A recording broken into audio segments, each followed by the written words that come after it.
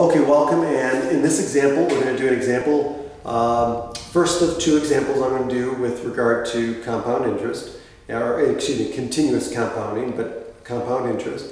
And so I'm going to show you how we would solve this. Again, it depends on the formula. Since we're talking about continuous compounding, we're going to use the other formula. But in this example, it says, suppose $5,000 is deposited into an account paying 3% interest compounded continuously. And again, this is the annual interest rate. And it's compounded continuously for 5 years. Find the total amount at the end of 5 years.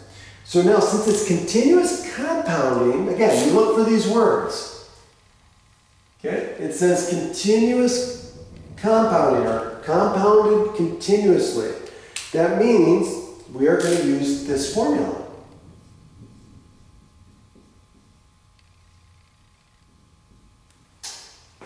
Okay? Now, we just have to plug and chug. Well, again, make sure you know what's what. P in this case is the principal amount. What are we depositing? It's our present value, 5,000, right? So make sure you understand the problem. R is 3% or 0.03. So 0.03, and then T is 5. And so now all I have to do is use my calculator. And there is a function, there is an option for the e to the x key. So if you look at your calculator, for example, on this one here, it has e to the x right there. Okay? So I'm going to use the e to the x key, which is right above the natural log key that we'll talk about later. Okay, so now what I'm going to do is I'm going to take 5,000 times, and then I'm going to do e to the x. So I'm going to do my e to the x, second natural log. And then I'm going to put in my product here for the exponent. So I'm going to do 0.03 times 5. And so this is what you end up with. That's what I entered into my calculator. Okay. So now I'm just going to hit enter. And that's what I get. Okay, so, and again, I'm just going to round to the nearest penny. Oops, wrong one.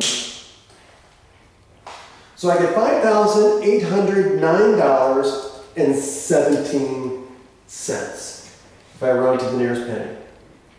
So that's going to be approximately $5,809.17. Okay. Now let's do another one. So in this example, it says, and we did a previous example where we were investing $1,000. So let's do example 2.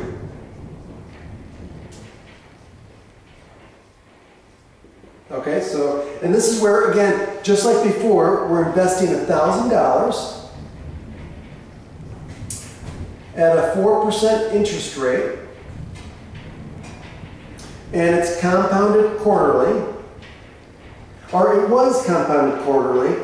But what we're going to do is we're going to compare the same investment to, okay, so we compounded quarterly. Let me just write this out.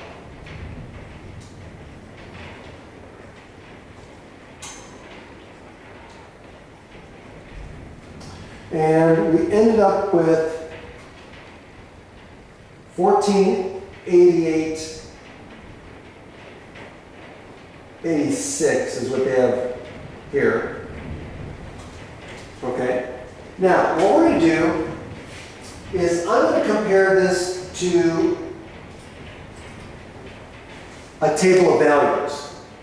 So what I'm going to do is I'm going to take this information and I'm going to calculate for different compounds.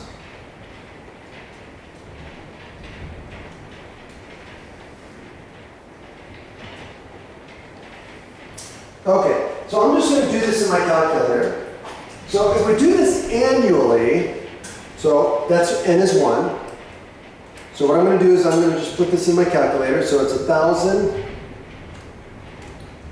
times 1 plus 0.04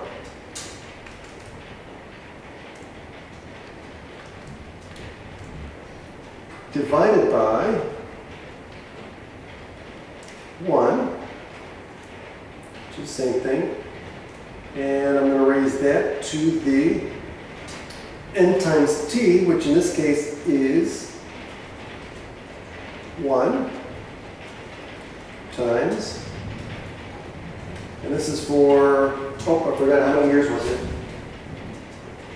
10 years. This was for 10 years.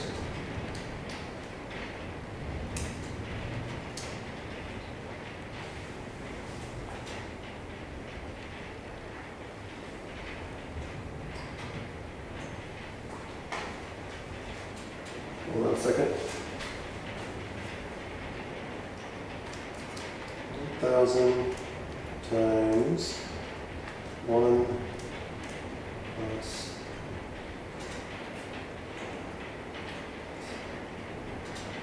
0.04 divided by 1 raised to the 1 times 10. And we get our final answer. It's compounded annually. That means n is 1, and we get a accumulated amount of 1480.24. Okay. Now, let's increase it to, what do they do? Semi-annually. Well, semi-annually means that it's going to be, and it's going to be 2 because it's compounded twice a year.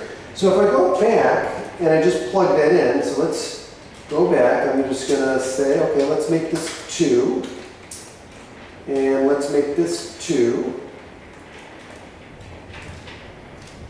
I get, now it becomes 1485.95. Okay, so it went up a little bit.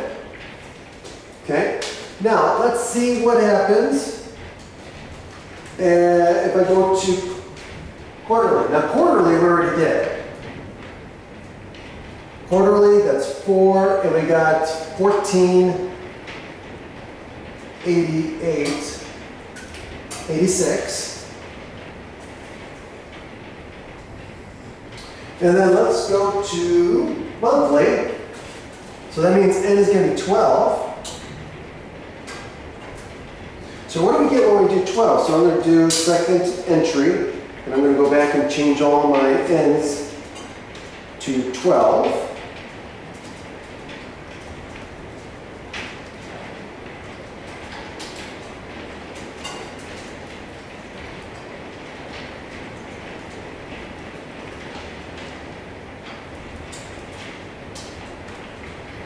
And I get 1490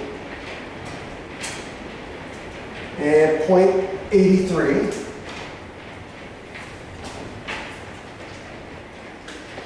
And now I'm going to do daily, which we're going to do 365. Okay, so let's go back.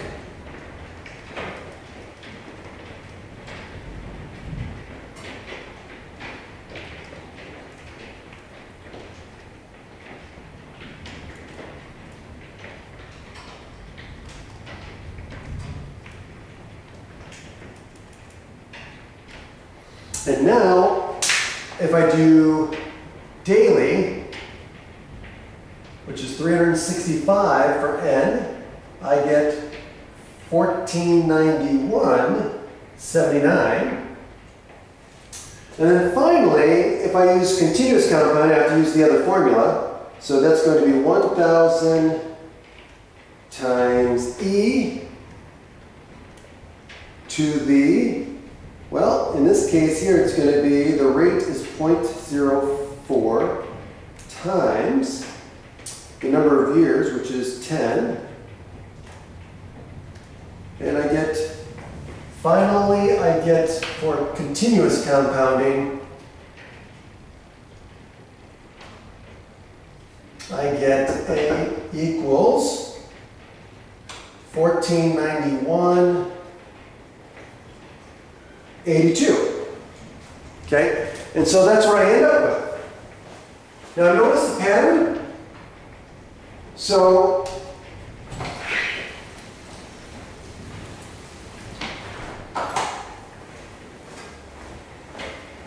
notice the pattern here. Look what's happening. It's increasing, right? So we go from 1480, 1485, 1485 to 1488, 1488 to 1490, and so on. But notice that the amount that it's increasing is getting smaller.